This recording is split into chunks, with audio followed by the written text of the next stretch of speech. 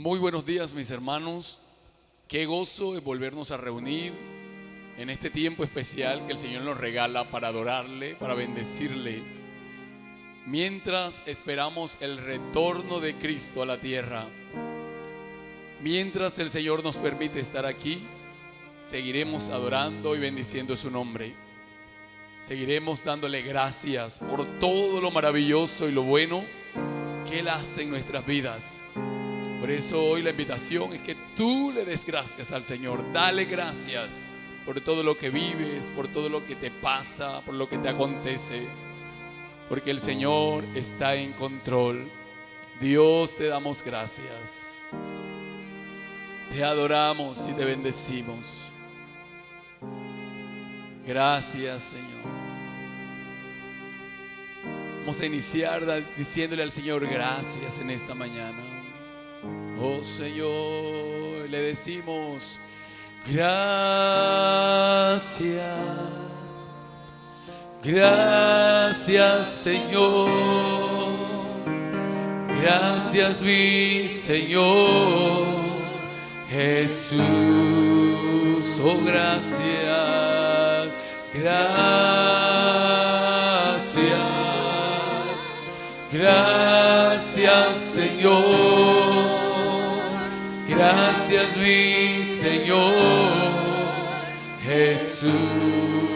Dile, me has tomado en tus brazos y me has dado salvación. De tu amor has derramado en mi corazón.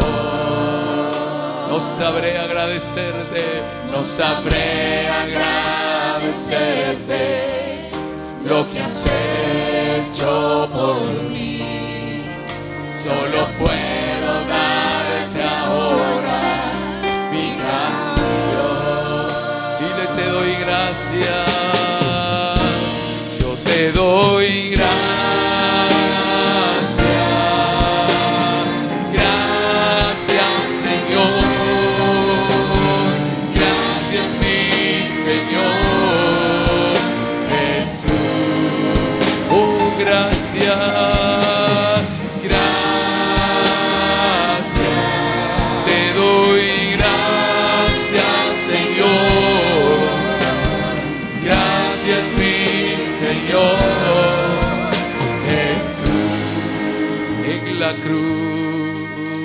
En la cruz diste tu vida, lo entregaste todo allí.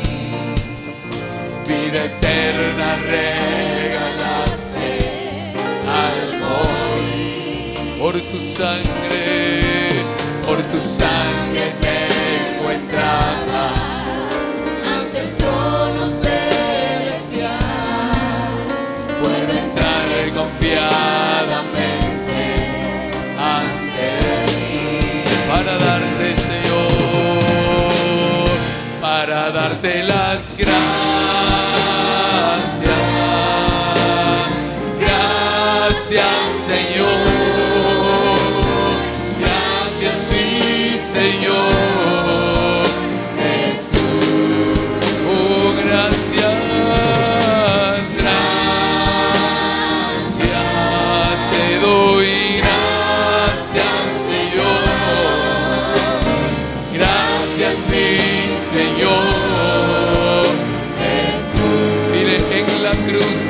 Tu vida, y en la cruz diste tu vida, lo entregaste todo allí.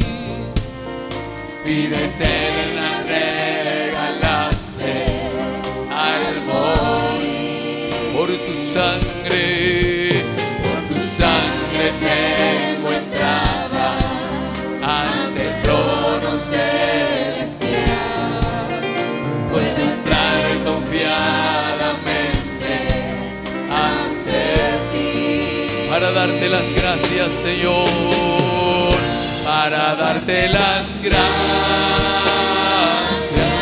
Dale gracias a tu Dios. Gracias, Señor. Exáltalo. Gracias, mi Señor Jesús. Levanta tus manos y dale gracias.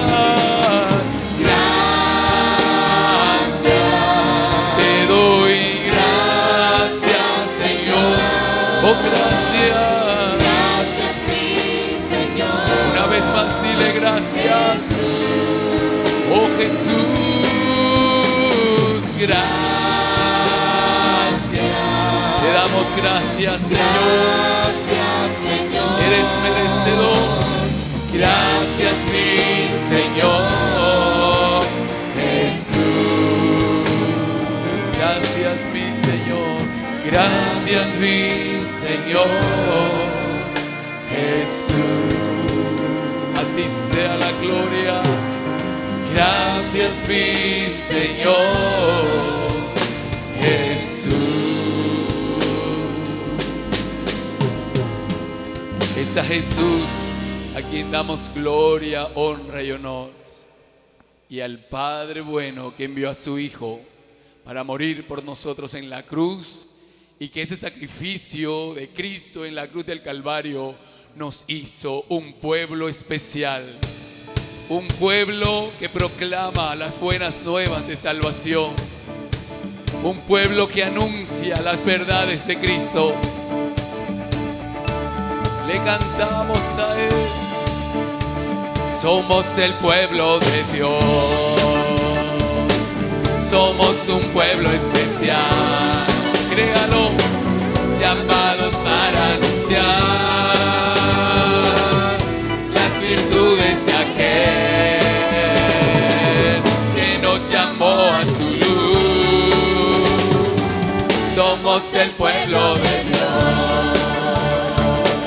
Su sangre nos redimió y su Espíritu dio para darnos poder y ser testigos de Él. Proclámalo y llevaremos su gloria a cada pueblo y nación,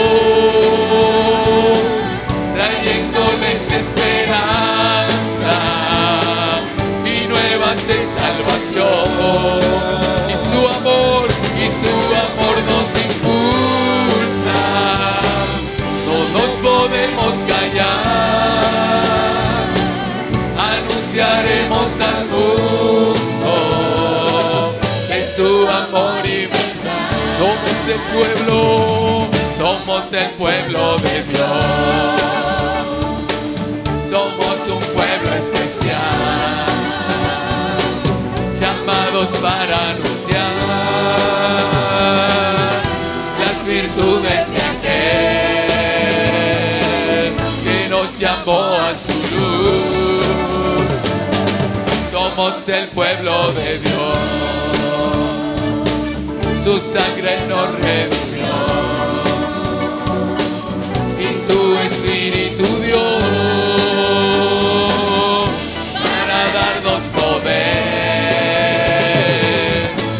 testigos de Él, y llevaremos su gloria a cada pueblo y nación, trayéndoles esperanza y nuevas de salvación. Y su amor nos impulsa. No nos podemos callar.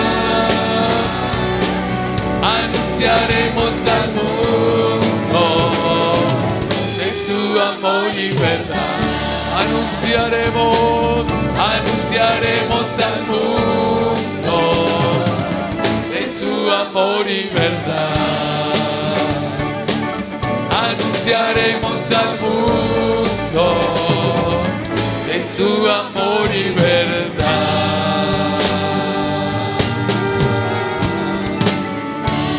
Así es. Tú eres un pueblo especial. Créelo en tu corazón que Dios te ha hecho especial para anunciar las virtudes de aquel que te llamó de las tinieblas a su luz admirable. El Señor nos continúe bendiciendo en esta mañana. Muy buenos días, amada iglesia. Es para mí un privilegio estar compartiendo la palabra de Dios con ustedes. Gracias al Señor que me permite estar en esta oportunidad con ustedes. Les invito a abrir sus Biblias en el Evangelio según San Lucas, capítulo 12, y vamos a leer del versículo 22 al versículo 31. Evangelio de Lucas, capítulo 12, versículo 22 al 31. La palabra del Señor dice así, en el nombre del Padre, y del Hijo, y del Espíritu Santo. Dijo luego a sus discípulos: por tanto os digo, no os afanéis por vuestra vida, ¿qué comeréis? Ni por el cuerpo, ¿qué vestiréis? La vida es más que la comida, y el cuerpo que el vestido. Considerad los cuervos que ni siembran ni siegan, que ni tienen despensa ni granero, y Dios los alimenta. ¿No valéis vosotros mucho más que las aves? ¿Y quién de vosotros podrá con afanarse añadir a su estatura un codo? Pues si no podéis ni aun lo que es menos, ¿por qué os afanáis por lo demás? Considerad los lirios, cómo crecen. No trabajan ni hilan, mas os digo que ni aun Salomón con toda su gloria se vistió como uno de ellos. Y si así viste Dios la hierba que hoy está en el campo y mañana es echada al horno, ¿cuánto más a vosotros, hombres de poca fe? Vosotros pues no os preocupéis por lo que habéis de comer, ni por lo que habéis de beber, ni estéis en ansiosa inquietud. Porque todas estas cosas buscan las gentes del mundo, pero vuestro Padre sabe que tenéis necesidad de estas cosas. Mas buscad el reino de Dios, y todas estas cosas os serán añadidas. Vivir sabroso. Y así titulé esta enseñanza de hoy. Vivir sabroso. ¿Cuál es el contexto? El estado o estilo de vida que Dios quería para el hombre era vivir sabroso. Dios plantó al hombre en el huerto de Edén, en el paraíso. Y el hombre tenía potestad allí sobre todas las cosas, y todas las cosas eran para su beneficio.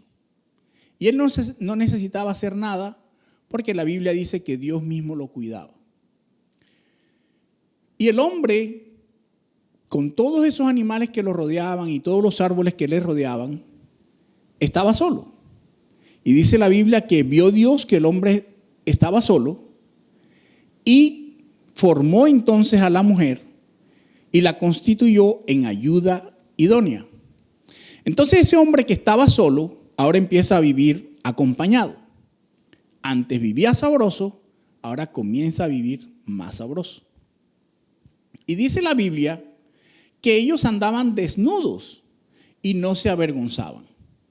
Así, natural. ¿Cómo salieron? Totalmente desnudos. Se veían el uno al otro y no se avergonzaban. Pero el hombre desobedeció. Esta historia la encontramos en los capítulos 2 y 3 del libro de Génesis. Y el hombre desobedece, y a causa de la desobediencia del hombre, la tierra es maldita.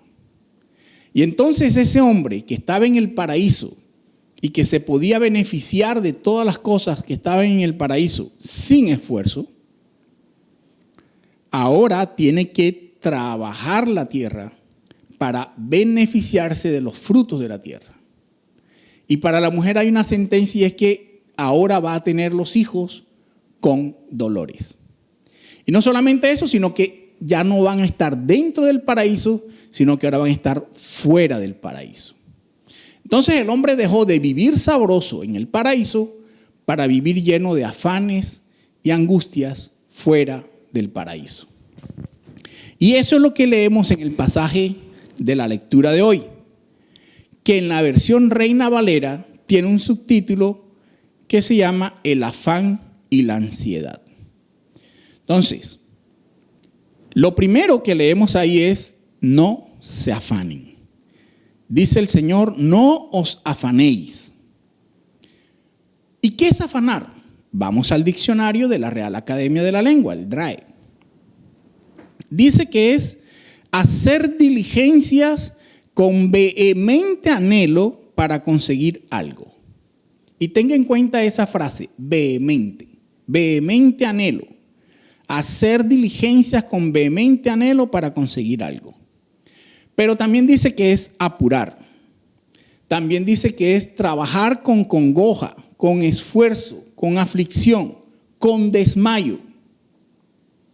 También dice el diccionario que es una necesidad extrema, una premura, una fatiga.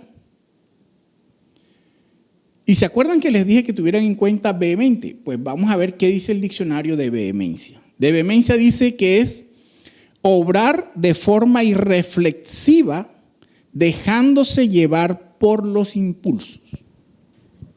De manera que cuando actuamos con vehemencia, actuamos de manera irreflexiva y nos dejamos llevar de los impulsos.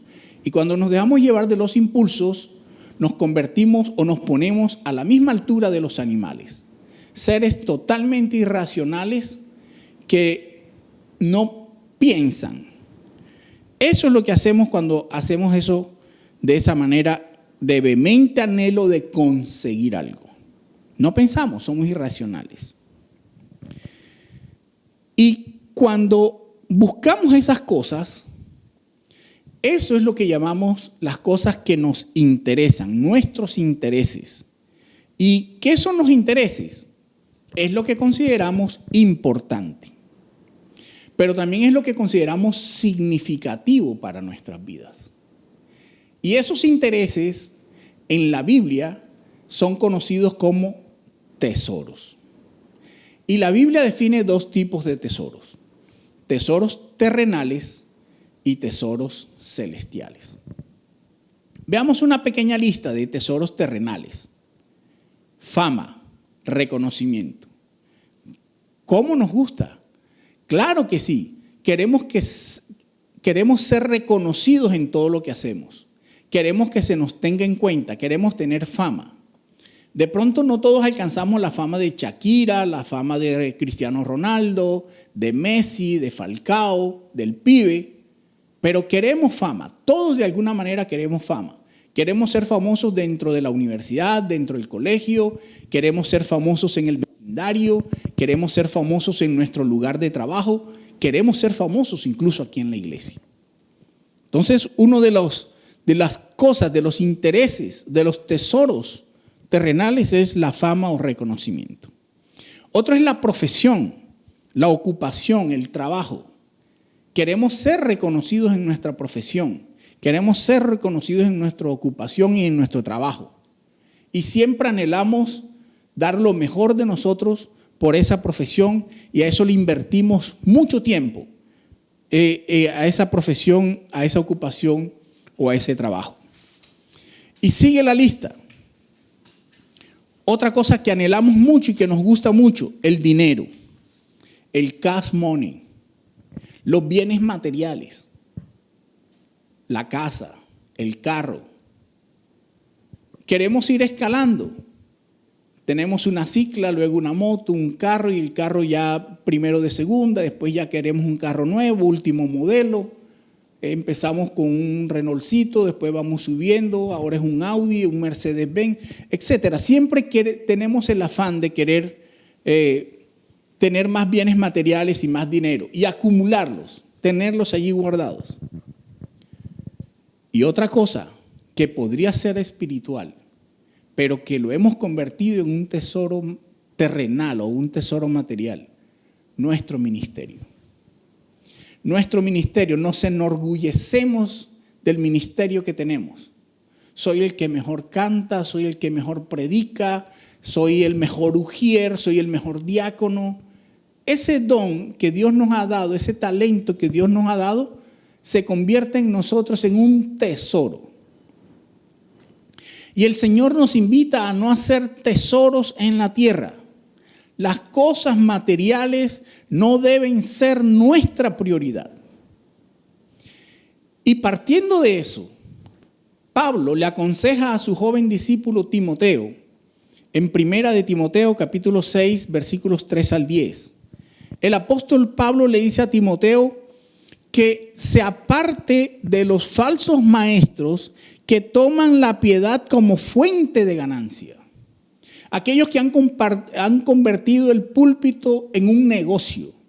Aquellos que negocian con la fe. Pablo está diciéndole aquí a Timoteo que todo aquel que negocie con la fe, todo aquel que convierta el púlpito en un negocio, en una ganancia, es un falso maestro. Y le dice, apártate de esos. Y sigue diciendo, toman la piedad como fuente de ganancia. Y la verdadera ganancia es la piedad acompañada de contentamiento. Y resalte esta palabra o subráyela, contentamiento. Sigue diciendo Pablo a Timoteo, nada hemos traído a este mundo y nada sacaremos de él. Así llegamos desnudos a este mundo y así nos vamos a ir de este mundo. Nada, ninguna posesión, ningún bien material nos llevamos. Así que ese carro que tanto atesoras, no lo pueden meter contigo en el cajón, en la tumba. Así que esa casa que tanto anhelas, que tanto atesoras, tampoco la pueden sepultar contigo. Y aún así la pudieran sepultar. ¿Para qué te la vas a llevar? Si la Escritura dice que para donde nosotros vamos, lo que hay son mansiones gloriosas. Que allá lo que nos está esperando es una mansión gloriosa en los lugares celestiales. Entonces, ¿para qué pensar en que nos vamos a llevar la casa que tenemos acá en la tierra? Y Pablo le sigue diciendo a Timoteo, si tenemos sustento y abrigo, estemos contentos con eso. Estemos contentos, estemos felices, estemos dichosos, estemos complacidos, estemos satisfechos. Eso es lo que quiere decir esa palabra y es lo que yo les decía ahorita, que resaltaran la palabra contentamiento.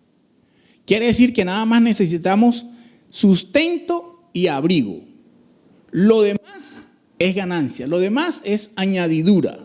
Con que tengamos sustento y abrigo, ya con eso tenemos para ser felices. Y sigue diciendo Pablo a Timoteo, querer enriquecerse hace que las personas caigan en tentación y lazo.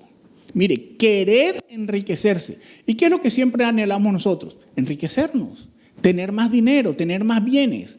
Y mire que dice la Escritura que las personas que anhelan enriquecerse caen en tentación, en codicias necias y dañosas que traen destrucción y perdición. Y da esta sentencia a Pablo. Raíz de todos los males es el amor al dinero. Si usted no tiene esa frase subrayada en su Biblia o resaltada, por favor hágalo. Para que no se le olvide que raíz de todos los males es el amor al dinero. Cualquier mal que usted se quiera imaginar, en el fondo lo que hay es un amor al dinero. Y sigue diciendo la Escritura, el cual, codiciando algunos, se extraviaron de la fe y fueron traspasados de muchos dolores. Mire, algunos se extraviaron de la fe, dejaron al Señor por irse detrás del dinero. Y a otros fueron traspasados de muchos dolores. El querer enriquecerse lo que hizo fue que les trajo dolores, preocupaciones, angustias. Entonces, mi hermano, si el Señor en este momento no te ha dado dinero, piensa que de pronto Dios lo que te está es protegiendo de eso. Dios te conoce muy bien y Él sabe que si de pronto tienes dinero te vas a extraviar de la fe y de pronto se te pueden venir más bien muchos dolores, muchas angustias, muchas preocupaciones.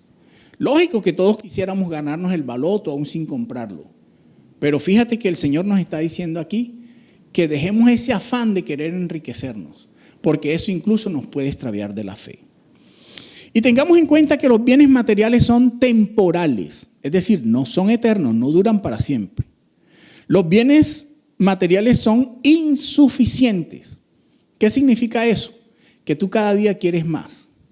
Hoy tienes 1 millón, ya mañana quieres 2, ya pasado mañana quieres 10, ya después quieres que en el negocio que vas a hacer te ganes 50, 100, etc.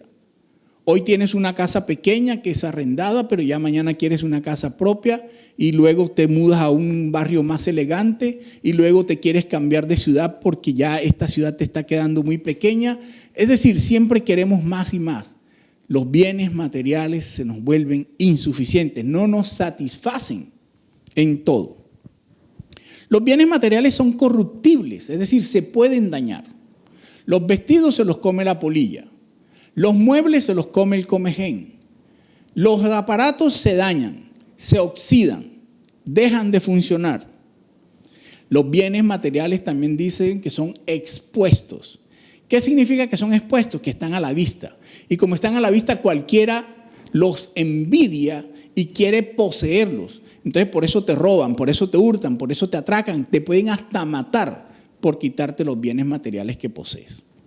Y los bienes materiales generan ansiedad, generan angustia.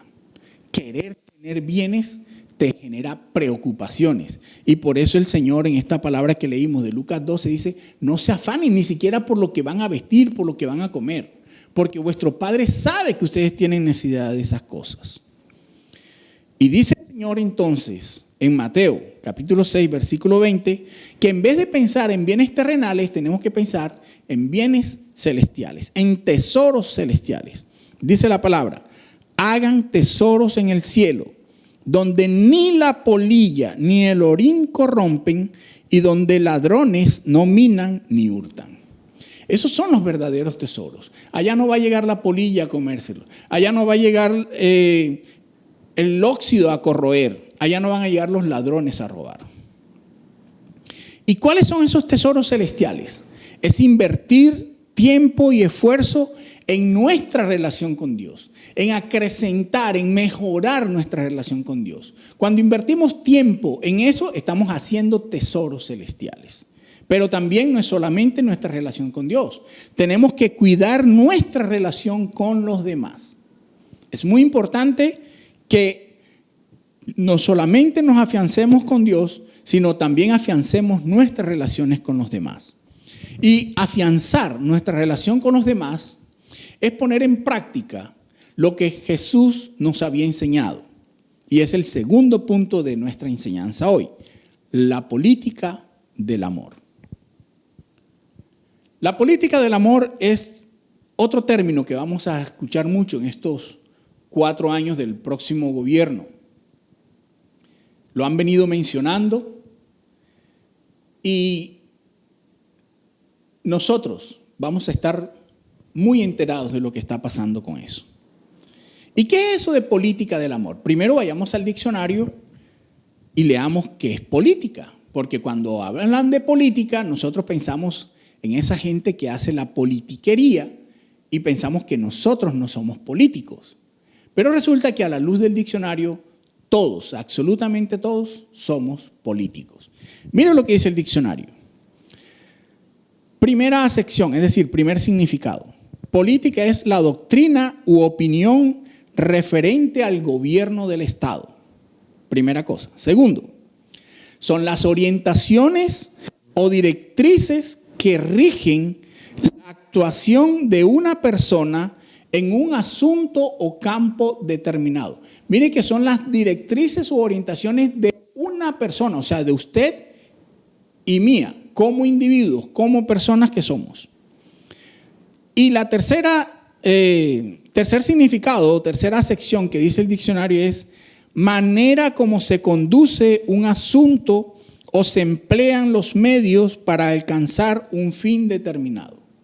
Entonces, la manera como manejamos un asunto y los recursos que empleamos, esa es la política, esa es la manera nuestra política de hacer las cosas o de definir las cosas. Pero la política del amor que habla el actual presidente electo no es un tema de él. La política del amor ya había sido hablada hace 2022 años por nuestro Señor Jesucristo.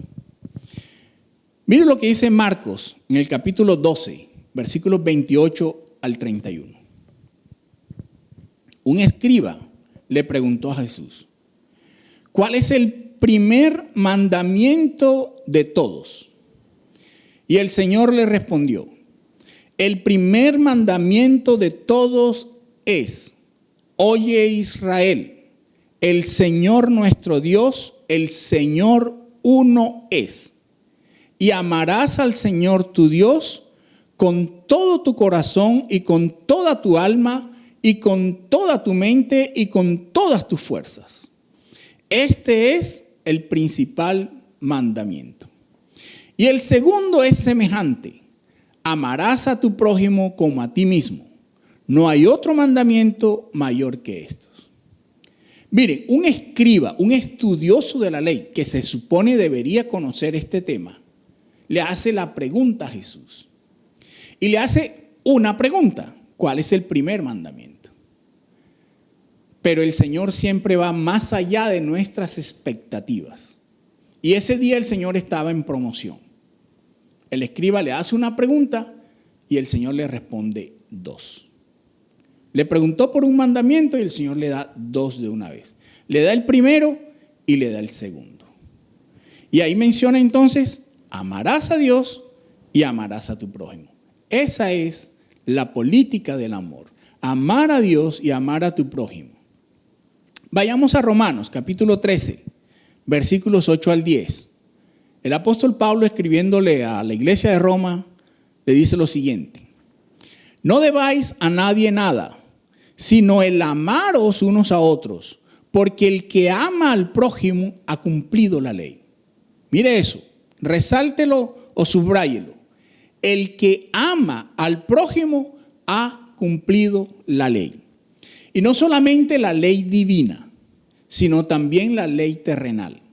Porque resulta que los países, en su gran mayoría, han cogido la ley de Dios, la ley que Dios le dio al pueblo de Israel, y de ahí han extractado sus constituciones, sus leyes y sus reglamentos.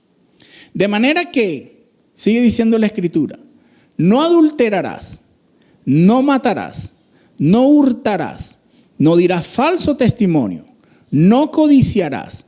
Y cualquier otro mandamiento en esta sentencia se resume.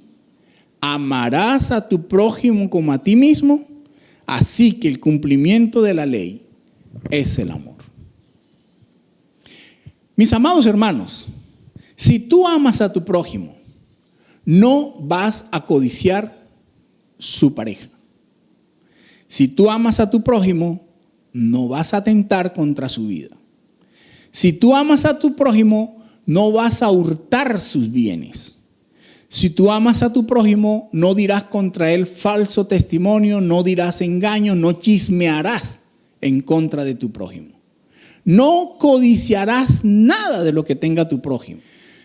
De manera que cumplir la ley terrenal y la ley divina es amar. Vamos a Gálatas, capítulo 5, versículo 14. Dice la Escritura, porque toda la ley en esta sola palabra se cumple. Amarás a tu prójimo como a ti mismo. Mis amados hermanos, la política del amor debería ser el estilo de vida del cristiano. El cristiano no puede ser deshonesto, falto de honradez en sus negocios. No puede ser pícaro. No puede ser insensible ni carecer de empatía. No puede hablar con aspereza. La Escritura, por el contrario, dice que nuestras palabras deben ser amables, sazonadas con gracia. No puede estar lleno de ostentación y de amor propio. Cuando entendemos que nada nos vamos a llevar de este mundo, no tenemos por qué mirar a los demás por encima del hombro, porque no somos más que los otros.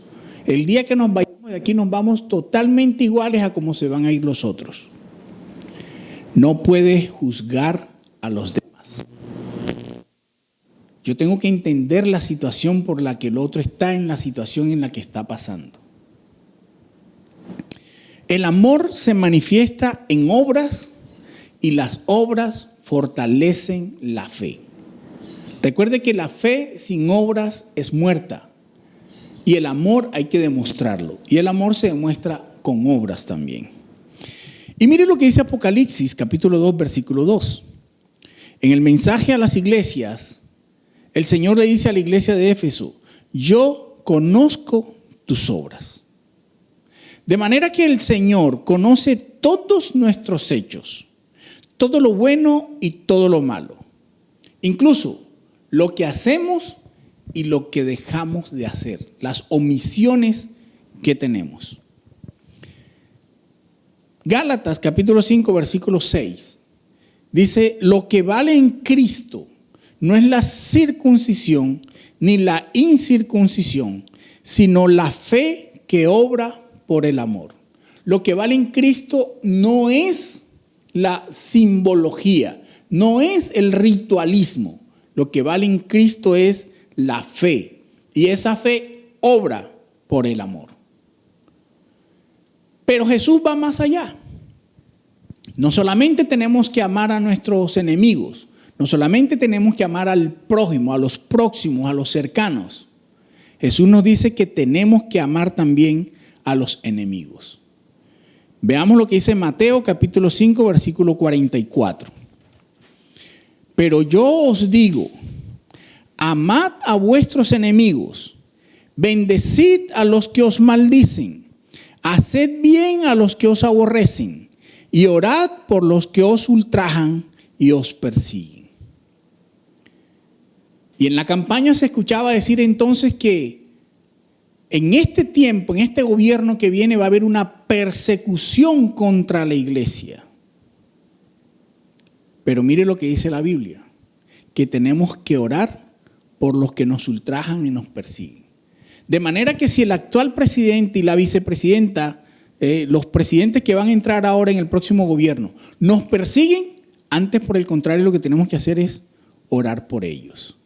Tenemos que bendecirlos. Dice la Escritura que bendigamos a los que nos maldicen a nosotros. La sociedad nos enseña a odiar, la sociedad nos enseña a vengarnos. La sociedad malinterpretó la ley del talión. La ley del talión lo que buscaba era que la justicia que se hacía, la justicia determinaba que ante un agravio u ofensa, el castigo debería ser equivalente. Por eso decía ojo por ojo, diente por diente. Es decir, ahí tiene que haber una equivalencia entre el castigo, entre la justicia y el daño causado. Pero se malinterpretó como una venganza. Y el Señor dice, mía es la venganza. O sea que no nos preocupemos por eso tampoco, por lo que nos hagan nuestros enemigos. Jesús muestra una justicia diferente. Jesús cuando habló de esto dijo, antes por el contrario, si alguien te pega en una mejilla, preséntale también la otra. Es decir, te abofetearon en la mejilla derecha, ponle la izquierda.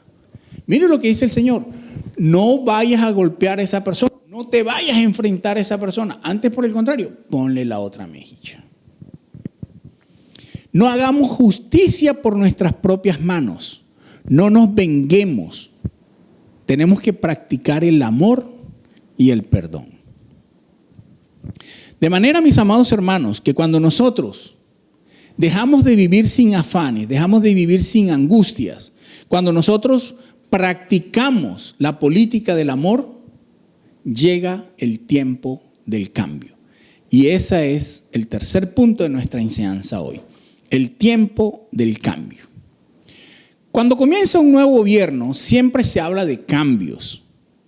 Pero el cambio de una sociedad, el cambio de un país, no opera si no se da un cambio en la persona, en el individuo. Cada persona tiene que cambiar. Cada persona tiene que ser transformada para que pueda transformarse la sociedad y para que pueda transformarse el país. La iglesia no tiene un avivamiento si cada miembro no tiene su propio avivamiento. De manera que si nosotros queremos que la iglesia resplandezca, tenemos que empezar a resplandecer cada uno de nosotros. Y el Señor enseñó la regla de oro. Vamos a Mateo capítulo 7, versículo 12. Dice la Escritura: así que todas las cosas que queráis que los hombres hagan con vosotros, así también haced vosotros con ellos, porque esto es la ley y los profetas. Y esto va unido con la política del amor. ¿Cómo quiero yo que me traten? Pues todos quisiéramos que nos trataran muy bien. Entonces la Escritura dice que si yo quiero que me traten bien, yo tengo que tratar bien. ¿Cómo trato yo a los demás? Entonces yo tengo que empezar a comprender a los demás, no juzgar a los demás, tener empatía por el otro, ponerme en los zapatos del otro, en el lugar del otro. Eso es lo que tenemos que hacer. Y de eso nos olvidamos. Mire lo que dice Romanos, capítulo 12, versículos 9 al 10. Amaos los unos a los otros con amor fraternal. El amor fraternal es el amor de hermanos. Por eso nosotros nos decimos hermanos, porque somos hijos del mismo Padre. Como somos hijos del mismo Padre, tenemos que amarnos como hermanos. Por eso dice la Escritura: amaos los unos a los otros con amor fraternal. Y ese amor tiene que ser sin fingimientos. Es un amor transparente, un amor sin mentiras, sin engaños, un amor de frente, sincero. En cuanto a honra, prefiriéndose los unos a los otros. Es decir, cuando usted tenga que escoger entre un cristiano y un no cristiano, escoja siempre el cristiano. Se supone que le debe ir mejor. Se supone que si esa persona realmente es cristiana, a usted le tiene que ir mejor en sus relaciones, en sus negocios, en cualquier cosa que usted haga con esa persona, le tiene que ir mejor que si lo hiciera con una persona no cristiana. ¿Y de la paz qué? Veamos lo que dice Romanos, capítulo 12, versículo 18. Si es posible, en cuanto dependa de vosotros, estad en paz con todos los hombres. Si es posible, a veces no es posible, pero dice, si es posible, y en cuanto dependa de ustedes, es decir, ustedes tienen que poner todo su empeño, toda su fuerza, todo su deseo en estar en paz con todos los hombres. No dice solamente con la iglesia, no dice solamente con los demás, con todos, absolutamente con todos. Incluso con ese vecino o esa vecina que es pendenciera. Dice, en lo que dependa de mí, yo tengo que estar en paz con esa persona. Y el Señor le dijo a los discípulos, Juan capítulo 14, versículo 27, la paz os dejo, mi paz os doy. Yo no la doy como el mundo la da. No se turbe vuestro corazón, ni tengan miedo. Y una de las cosas de vivir sabroso es precisamente no tener miedo. No tener miedo, tener seguridad. Saber que no voy a ser dañado o afectado en mis salidas. Y eso es lo que el Señor nos dice, que confiemos en Él, que no nos turbemos, que no nos angustiemos. Él es nuestra paz. Y en Juan capítulo 16, versículo 33 dice, estas cosas os he hablado para que en mí tengáis paz. Todo esto que hemos hablado es para que tengamos paz en el Señor. Y sigue diciendo, en el mundo tendréis aflicción, pero confiad, yo he vencido al mundo. El Señor en ningún momento nos ha dicho a nosotros que nuestra vida va a ser color de rosas. El Señor nos dice, en el mundo van a tener aflicción. Pero también nos dice, confíen, tengan fe, porque yo, el Señor, he vencido al mundo. Y si Él ha vencido al mundo, quiere decir que nosotros tenemos ese poder también para vencer las cosas que están en el mundo. Y el terror que nos daban o nos impulsaban en esta campaña, y el comunismo, es una de las cosas que nos han enseñado durante todo este tiempo, a temer al llamado comunismo. Pero déjame decirte una cosa, si entendemos que comunismo es tener en común los bienes materiales, entonces los verdaderos comunistas fueron los primeros cristianos. Entonces quienes deberíamos ser verdaderos comunistas, deberíamos ser los cristianos de hoy. Miren lo que dice la Escritura. Hechos capítulo 2, versículos 44 y 45. Dice, todos los que habían creído estaban juntos y tenían en común todas las cosas. Tenían en común todas las cosas. Eso es comunismo. Y vendían sus propiedades y sus bienes. Vendían sus propiedades y sus bienes y los repartían a todos según la necesidad de cada uno. Es decir, lo que yo tenía, lo que yo me había ganado con el fruto de mi trabajo, yo lo vendía para con eso satisfacer las necesidades de los demás hermanos que no tenían esa capacidad que tenía yo. Eso es comunismo puro, hermanos. Eso es el comunismo más salvaje que se ha podido practicar. Ese de vender mis propiedades, de vender todo lo que tengo. Entonces, miren, ¿en qué momento se perdió eso? ¿En qué momento los cristianos dejamos de ser comunistas? Si miramos entonces, realmente el malo es el capitalismo. El capitalismo es el que nos enseña a acaparar y a querer tener cada día más y más propiedades y más cosas. El que nos enseña a tener tesoros terrenales es el capitalismo. En cambio, el comunismo que practicaron los primeros cristianos y que deberíamos practicar nosotros hoy en día es compartir lo que yo tengo, lo que yo me he ganado con mi esfuerzo, porque tú puedes decir, pero es que eso yo me lo gané con mi esfuerzo. Sí, te lo ganaste con tu esfuerzo, te lo dio Dios. Compártelo con los demás. Lo que tú tienes, entiende que no te lo vas a llevar. Entiende que no es tuyo, que Dios te lo ha permitido que lo administres. Y es para que compartas con los demás, con las necesidades de los otros.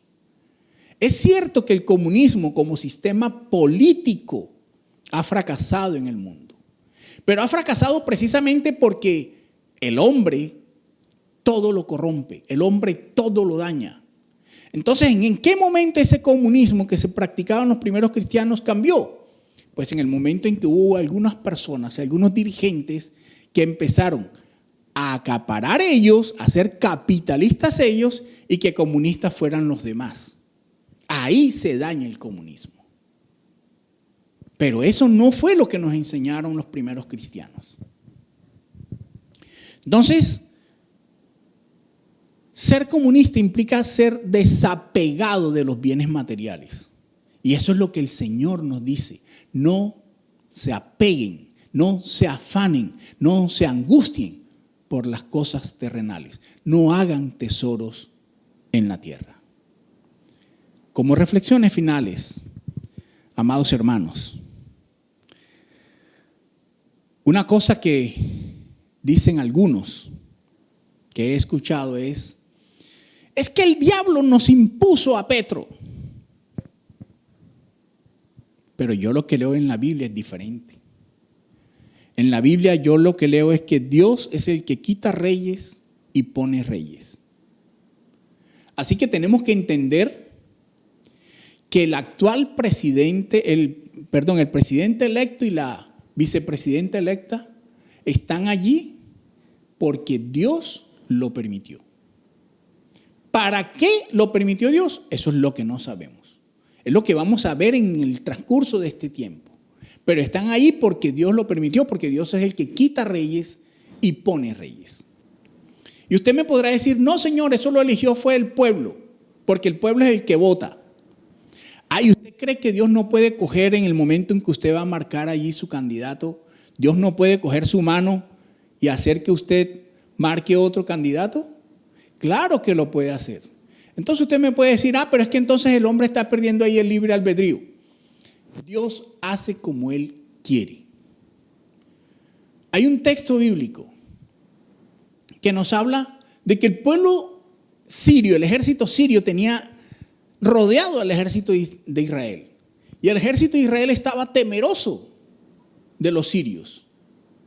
Y Dios, sin que Israel levantara una mano, perturbó el campamento de los sirios y mató a muchos y otros huyeron.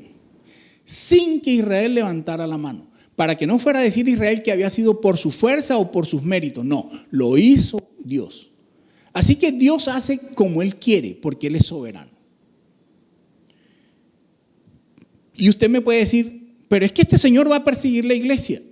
Y yo le puedo decir, ¿y si precisamente eso es lo que Dios quiere? ¿Y si precisamente para eso Dios permitió que llegara a la presidencia?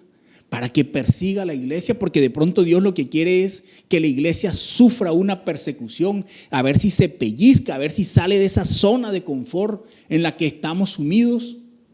Y si de pronto eso es lo que Dios quiere, que las iglesias, los templos sean cerrados para ver cómo se congrega la gente, porque ni siquiera queremos venir a la iglesia, ni siquiera queremos venir a la congregación. ¿Cómo será entonces cuando se lleguen a cerrar las iglesias? De pronto eso es lo que Dios quiere, amados hermanos, que la iglesia sufra una persecución. Entonces no miremos las cosas sino desde la perspectiva de Dios, desde la óptica de Dios. Ese señor que está allí, que ha sido elegido como presidente, ha sido elegido porque Dios así lo ha permitido. Y mire lo que dice 1 Timoteo capítulo 2, versículos 1 al 4. Exhorto ante todo a que se hagan rogativas, oraciones, peticiones y acciones de gracia por todos los hombres, por los reyes y por todos los que están en eminencia, para que vivamos quieta y reposadamente en toda piedad y honestidad. Oremos por los que están en eminencia. Entonces, mire, hermano, el Señor le está diciendo aquí en su palabra que usted tiene que orar por Gustavo Petro, por Francia Márquez, por los ministros que ellos nombren. Así no le guste, porque ahí no dice que tenemos que orar solamente por los gobernantes que nos gustan. Dice que tenemos que orar por todos. Por todos. Y dice, ¿por qué es importante que oremos por esas personas? Dice, para que vivamos quieta y reposadamente. Es decir, para que vivamos tranquilos, sin afanes, sin angustia, para que vivamos sabroso.